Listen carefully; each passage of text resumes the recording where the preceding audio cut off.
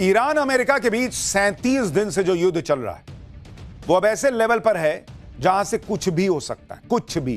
क्योंकि आप ट्रंप की लैंग्वेज देखिए, आपको पता चल जाएगा कि इस आदमी का फ्रस्ट्रेशन लेवल कहां चला गया। इनके दिमाग के तार हिल गए हैं, इनके दिमाग में केमिकल लोचा हो रहा है बॉस।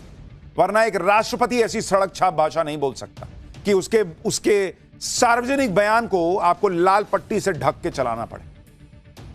अमेरिका का राष्ट्रपति इस तरह से खुल्लम खुल्ला गालियां दे रहा है जो हम आपको टीवी पे दिखा नहीं सकते।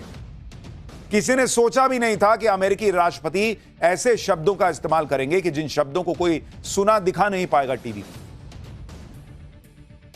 ऐसी लैंग्वेज बोली कि उन शब्दों को सेंसर करना पड़ा। आप देखिए कि ट्रंप ने ईरान को धमकी देते हुए कहा है कि मंगलवार को पावर प्लांट डे और ब्रिज डे होगा, यानी दोनों पर एक साथ हमला होगा। ऐसा पहले कभी नहीं देखा होगा। स्ट्रेट ऑफ हॉर्मुज खोलो।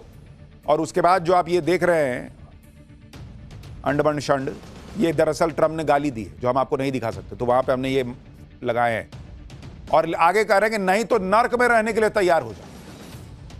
आप सोचिए डोनाल्ड ट्रंप कितना फ्रस्ट्रेट आ गए हैं कि गाली दे रहे हैं बॉस। दुनिया का कोई नेता, राष्ट्रपति आपको ऐसी गाली देते दिखा है आज तक? गाली दे रहे हैं भाई साहब। एक तरफ कहते हैं मैं युद्ध जीत चुका, एक तरफ कहते हैं मैंने उनका नेवी एयरफोर्स सब तबाह कर दिया।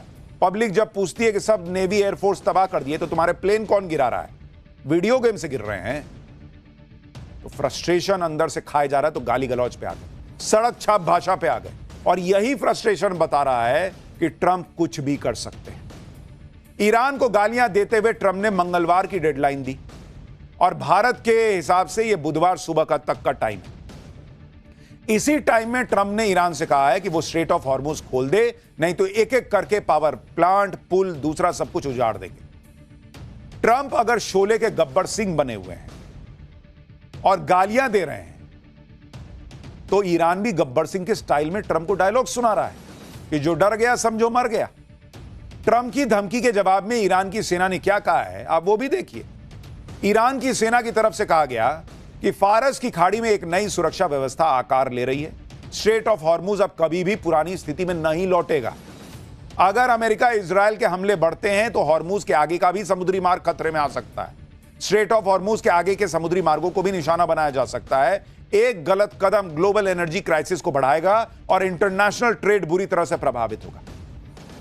यानी डोनाल्ड ट्रंप गाली दे रहे हैं, उधर से ईरान पलट के कह रहा है कि तुम गाली दो, तुम गोला मारो, कुछ भी करो, अगर ज्यादा नौटंकी करोगे तो अभी स्ट्रेट ऑफ हॉर्मुज बंद किया है, अभी उसके आगे मारना शुरू कर दूंगा। ए भाई मत करो ये सब तुम लोग, क्योंकि ईरान कह रहा है कि ऐसी धमकियों से कुछ नहीं होगा। अमेरिका सुनने को तैयार नहीं है, बर्बाद दुनिया हो जाएगी। अभी तो स्ट्रेट ऑफ हॉर्मुज बंद है, कम से कम बाकी का समुद्री रास्ता जो है वो खुला है। कल को वो भी बंद हो गया तो कांड है बॉस। एक महीने से यही तमाशा चल रहा है इन दोनों का। उधर से ट्रंप की धमकी आती है, इधर से ईरान कह देता है कि धमकी से हम नहीं डरते। लेकिन अब बात आगे बढ़ती चली जा रही है। कल तक का टाइम है, इसके बाद क्या होगा कोई नहीं जानता। और जो आदमी इतने फ्रस्ट्रेशन लेवल में हो, कल को वो परमाणु बम भी मार दे तो दुनिया को आश्चर्य नहीं हो। चर्चा हो रही है दुनिया में इस तरह की कि भाई ये आदमी सनक में कहीं न्यूक्लियर अटैक ना कर दे ईरान पर। आप देखिए कि इससे पहले ही युद्ध कैसे और भड़क चुका है। इजराइल ने फिर से ईरान के तेल और गैस को निशाना बनाया है। इजराइल ने फिर से ईरान के साउथ पार्स इलाके में हमला कर दिया है। ईरान के असालुयेह में पेट्रोकेमिकल प्लांट को निशाना बनाया गया है। इजराइल ने दावा किया है कि उसने ईरान के सबसे बड़े पेट्रोकेमिकल फैसिलिटी पर हमला किया है। यहीं से ईरान का आधा पेट्रोकेमिकल का प्रोडक्शन होता है। इजराइल ने बताया कि उसने ईरान के स्टील इंफ्रास्ट्रक्चर और पेट्रोकेमिकल इंडस्ट्री पर तगड़ा अटैक किया। यानी ईरान को भी झटके पे झटके लग रहे हैं बॉस। इससे पहले भी इजराइल ईरान की पेट्रोकेमिकल फैसिलिटी को टारगेट कर चुका है, जिस वजह से ईरान का 85% पेट्रोकेमिकल एक्सपोर्ट प्रभावित हुआ है। आप सोचिए, इजराइल ने फिर से ईरान के उस साउथ पार्स गैस फील्ड के इलाके में हमला किया है, जिसे लेकर मार्च में ट्रंप ने भरोसा दिया था कि इजराइल अब यहां अटैक नहीं करेगा। यानी इस पूरे युद्ध में बोली की कोई वैल्यू ही नहीं है बॉस।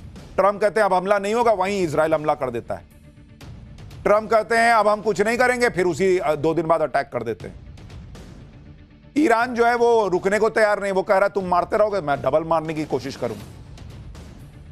इजरायल कह रहा है कि ईरान के अहम इंफ्रास्ट्रक्चर तबाह कर दूंगा, उसके आर्थिक तौर पर उसको कमजोर बना दूंगा। जब पिछली बार ईरान की गैस फील्ड पर हमला हुआ था तो ईरान ने भी खाड़ी देशों में एनर्जी साइट्स को उड़ाकर पूरी दुनिया में हड़कंप मचा दिया था। अब भगवान जाने क्या ही होगा। इतना ही नहीं, आज ही इजरायल ने ईरान के 2 बड़े कमांडर्स को मारने का भी दावा किया। इजरायल ने इस्लामिक रेवोल्यूशनरी गार्ड कॉर्प्स यानी IRGC के इंटेलिजेंस प्रमुख माजिद खादेमी को मार गिराने का दावा किया। माजिद खादेमी IRGC के सबसे वरिष्ठ कमांडर्स में से एक थे। माजिद खादेमी कुछ महीने पहले ही इंटेल चीफ बने थे। उससे पहले वाले चीफ को भी इजरायल ने पिछले साल मार दिया था। इसके साथ ही इजरायल ने ईरान समर्थित कुद्स फोर्स की स्पेशल ऑपरेशंस यूनिट के कमांडर असगर बाघेरी को मार गिराया। यानी इजरायल भी रुक नहीं रहा है, इजरायल भी ढूंढ ढूंढ के मार रहा है। दिक्कत यह हो रही है उनको कि वो मारते हैं, कोई नया खड़ा हो जाता है। युद्ध में ईरान पूरी ताकत के साथ अमेरिका और इजरायल का मुकाबला कर रहा है। ईरान के हमलों से इजरायल और खाड़ी देशों में भयंकर नुकसान हुआ है, लेकिन ईरान की हालत भी युद्ध में खराब होती जा रही है। अमेरिका और इजरायल की ताकत के आगे ईरान की ताकत बहुत कम है। आप देखिए कैसे ईरान में तबाही का मंजर दिखाई दे रहा है। इजरायल ने ईरान के बुशहर में एक आर्मी बेस पर हमला करके उसे नष्ट कर दिया। वहीं अमेरिकी सेना भी ईरान की मिलिट्री कैपेबिलिटी को कमजोर कर रही है। अमेरिकी सेना ने आज ईरान की मिसाइल क्षमता पर हमला किया। ईरान के मिसाइल लॉन्चिंग सेंटर पर अटैक करके उसे तबाह कर दिया। यानी ईरान को भी युद्ध की कीमत चुकानी पड़ रही है। अमेरिका और इजरायल का फोकस है कि ईरान के मिलिट्री अड्डों पर हमला करके उसे तबाह कर दो, जिससे ईरान पलटवार ही न कर सके। ईरान के तबरीज में ऐसी ही एक मिलिट्री साइट को हमले में अमेरिका ने तबाह कर दिया। इसके अलावा ईरान के सिविलियन इंफ्रास्ट्रक्चर पर भी हमला किया जा रहा है। तेहरान में मेहराबाद एयरपोर्ट के पास इजरायल अमेरिका ने जोरदार हमला किया, जिससे पूरा इलाका थर्रा उठा। हमले की जद में कई इमारतें आई। अमेरिका और इजरायल हमला करने से पहले कुछ नहीं देख रहे। स्कूल से लेकर पुलों तक सबको तबाह कर दे रहे हैं। ईरान में शरीफ यूनिवर्सिटी पर भी अमेरिका और इजरायल ने हमला किया। शरीफ यूनिवर्सिटी को ईरान का MIT कहा जाता है। ईरान तबाह होता जा रहा है, बर्बाद होता जा रहा है, लेकिन उसकी तरफ से भी अटैक में कमी नहीं आई है। लगातार मिसाइलों और ड्रोन से ईरान हमले करता जा रहा है। ऊपर से ईरान के पास स्ट्रेट ऑफ हॉर्मुज का कंट्रोल भी अब तक है, जिसे खुलवाने के लिए ट्रंप ईरान को गालियां और धमकी दे रहे हैं। लेकिन इन धमकियों में ट्रंप का जो माइंडसेट दिख रहा है, उससे अमेरिका में ट्रंप के खिलाफ बगावत शुरू हो गई। जिस तरह से ट्रंप गाली गलौज पर उतारू है, उसकी वजह से अमेरिका में अब ट्रंप को पद से हटाने की मांग हो रही है। अमेरिका के सांसद क्या कह रहे हैं, आप देख लीजिए। डेमोक्रेट सीनेटर मेलेनी स्टांसबरी ने कहा है कि बादशाह यानी ट्रंप के कपड़े उतर चुके हैं, वो बेनकाब हो चुका है। अब समय आ गया है कि 25वां संशोधन लागू किया जाए। कांग्रेस और कैबिनेट को तुरंत एक्शन लेना होगा। वहीं डेमोक्रेट सीनेटर बर्नी सैंडर्स ने कहा कि ईरान युद्ध शुरू हुए 1 महीने के बाद ईस्टर संडे को अमेरिका के राष्ट्रपति का यह बयान है, यह खतरनाक और मानसिक रूप से विक्षिप्त व्यक्ति की बेतुकी बातें हैं। कांग्रेस को तुरंत कार्रवाई करनी होगी, इस युद्ध को खत्म करना होगा। अमेरिका में बहुत सारे नेता अब ट्रंप से परेशान हो चुके हैं। उनकी बर्दाश्त करने की सीमा जो है ना, वो ट्रंप ने लांघ दी है और ट्रंप को हटाने के लिए कांग्रेस और कैबिनेट से एक्शन की मांग हो रही है। अमेरिका में इस समय ट्रंप के व्यवहार को लेकर भयंकर चर्चा। अमेरिका में कई सांसद खुलकर ट्रंप की आलोचना कर रहे हैं। रिपब्लिकन पार्टी की मार्जोरी टेलर ग्रीन ने कहा कि ट्रंप पागल हो गए। ट्रंप प्रशासन में जो भी ईसाई हैं, वो घुटनों पर बैठकर ईश्वर से माफी मांगे। ट्रंप के लोग उनको पागल कह रहे हैं भाई। डेमोक्रेटिक पार्टी के सीनेटर टिम केन ने ट्रंप की बयानबाजी को शर्मनाक और बचकाना कहा है। ऐसे बयान देकर पायलट्स और लोगों को खतरे में डालने की जरूरत नहीं है, वो कह रहे हैं। डेमोक्रेटिक पार्टी की सीनेटर बेका बालिंट ने कहा कि यह घृणित बर्ताव है। हैरानी की बात यह कि हमारे राष्ट्रपति। डेमोक्रेट सीनेटर चक शूमर ने कहा कि अमेरिका के राष्ट्रपति संतुलन खो चुके पागल व्यक्ति की तरह सोशल मीडिया पर बकवास कर रहे हैं। डेमोक्रेटिक नेता क्रिस मर्फी ने कहा कि अगर मैं ट्रंप कैबिनेट में होता तो 25वें संशोधन के बारे में संवैधानिक वकीलों को फोन कर रहा होता। यह पूरी तरह दिमागी संतुलन खो देने की स्थिति है। वो पहले ही हजारों लोगों को मरवा चुके हैं, हजारों और लोगों को मरवाएंगे। यह हाल हो रखा है बॉस। भर अमेरिका ट्रंप को गाली दे रहा है और वो पलट के ईरान को गाली दे रहा है। वहां से ईरान बम मार रहा है। यह स्थिति है इस समय अमेरिका में। हर सीनेटर ट्रंप के खिलाफ दिख रहा है और डिमांड कर रहा है कि संविधान के 25वें संशोधन को ट्रंप के खिलाफ लागू कर दो।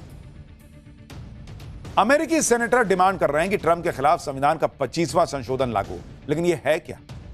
इस 25वें संशोधन में ऐसा क्या है जिससे ट्रंप की कुर्सी जा सकती है? आपको इस 25वें संशोधन के बारे में बताता हूं, जिसमें 4 खंड है, 4 सेक्शन। पहला सेक्शन कहता है, उसमें यह प्रावधान है कि अगर राष्ट्रपति की मृत्यु हो जाती है या वो इस्तीफा दे देते हैं तो उपराष्ट्रपति उनका पदभार ग्रहण करेंगे। अब डोनाल्ड ट्रंप खुद तो इस्तीफा देंगे नहीं। दूसरे सेक्शन में प्रावधान है कि राष्ट्रपति एक नए उपराष्ट्रपति को नॉमिनेट कर दें। ये भाई साहब खुद छोड़ेंगे? पॉसिबल नहीं है। तीसरे सेक्शन में प्रावधान है कि अगर राष्ट्रपति कैपेबल नहीं है, अक्षम है या बीमारी की वजह से काम नहीं कर पा रहे, तो वो स्वेच्छा से अपनी शक्तियां और कर्तव्य अस्थायी रूप से उपराष्ट्रपति को हस्तांतरित कर दें। अब डोनाल्ड ट्रंप खुद को थोड़ी बीमार मानते हैं, वो थोड़ी मानते कि वो सन की हैं, तो वो ये भी नहीं मानेंगे। इसलिए सबसे महत्वपूर्ण चौथा सेक्शन है, जिसके मुताबिक अमेरिकी संसद राष्ट्रपति को आपसी सहमति और बहुमत के दम पर पद से हटा सकती है। अगर उपराष्ट्रपति और कैबिनेट को लगता है कि राष्ट्रपति अपने कर्तव्यों को निभाने में असमर्थ है, तो उन्हें हटाया जा सकता है। इसके तुरंत बाद उपराष्ट्रपति को राष्ट्रपति बना दिया जाता है। हालांकि आज तक अमेरिका में इस नियम का इस्तेमाल नहीं हुआ है।